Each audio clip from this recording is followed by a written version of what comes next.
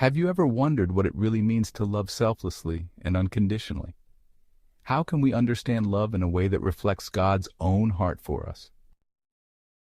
In 1 Corinthians chapter 13, verses 1 to 13, the Apostle Paul presents a beautiful and profound teaching on love, emphasizing that it is the highest and most enduring virtue.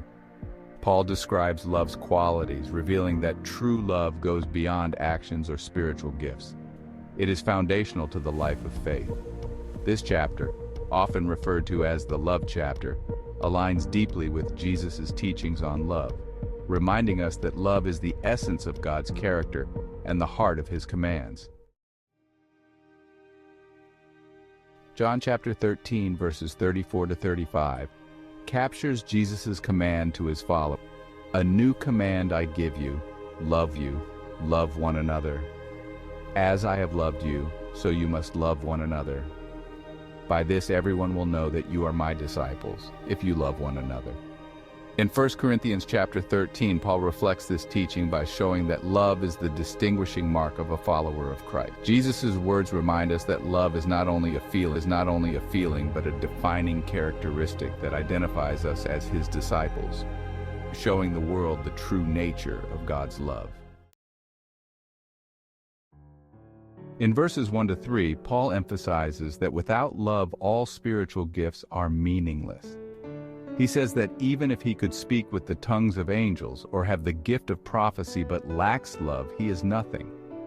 The Greek word for love here is agape, which refers to selfless, sacrificial love that seeks the well-being of others without expecting anything in return. Jesus echoes this supremacy of love in Matthew chapter 22, verses 37 to 39, where He says, "Love the Lord your God with all your heart, and love your neighbor as yourself." This passage shows that the ultimate commandment is rooted in love, reinforcing that love is the foundation of all we do as believers. The attributes of true love.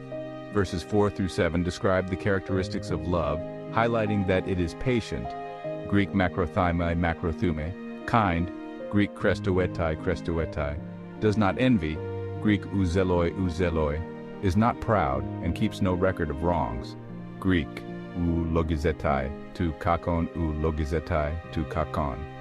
Each of these terms reveals the essence of agape love as a choice and commitment rather than an emotion. Jesus exemplifies these qualities in John 15, verses 12 to 13, where He says, "My command is this, love each other as I have loved you. Greater love has no one than this, to lay down one's life for one's friends."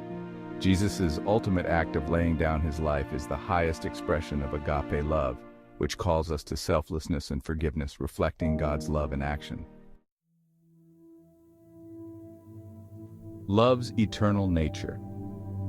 In verses 8 through 10, Paul asserts that love never fails, Greek oudepote pipte.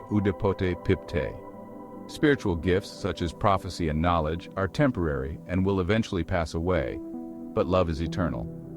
This permanence reflects the nature of God as described in 1 John chapter 4, verse 8. God is love. Since God is eternal, love, as His essential nature, also endures forever.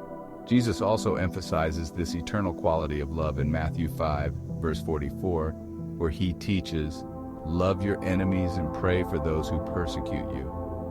This call to love, even in challenging circumstances, points to a love that transcends earthly limitations, reflecting God's enduring and unchanging nature. Love is the essence of spiritual maturity. Verses 11 to 12 compare the development of love to growing up.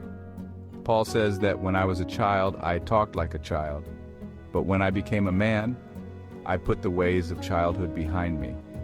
Here, love is shown as a sign of spiritual maturity, the ultimate goal in a believer's growth. The Greek term teleios, meaning perfect or mature, describes this process of becoming complete in love. Jesus reflects this goal of spiritual maturity in John 15:17. "This is my command, love each other." Love is not just the beginning of faith, but the ultimate end. the fullest expression of spiritual growth and godliness. The greatest of these is love. In verse 13, Paul concludes, "And now these three remain, faith, hope, and love. But the greatest of these is love." The Greek word for greatest here, meson, conveys superiority in both quality and importance. While faith and hope are essential, love surpasses them because it embodies the eternal nature of God Himself. Jesus' command to love is central to the new covenant as seen in John 15:9. "As the Father has loved me, so have I loved you. Now remain in my love." This abiding love is not only the essence of our relationship with God, but also the greatest gift we can offer to others, making love the most powerful and enduring virtue of all. Call to action. We encourage you all to reflect on areas where you could grow in love, whether in patience, forgiveness, or kindness. We invite you to share any reflections or prayer requests in the comments, building a supportive community focused on developing Christ-like love. Please like, share, and subscribe to help spread the message of God's love and the call to live it out daily. This approach to 1 Corinthians 13 emphasizes the centrality of love in the Christian life, showing how love surpasses all other virtues and spiritual gifts. By linking Paul's teaching to Jesus' words on love, we encourage you to embrace love as the essence of faith, reflecting God's character in a way that has eternal value.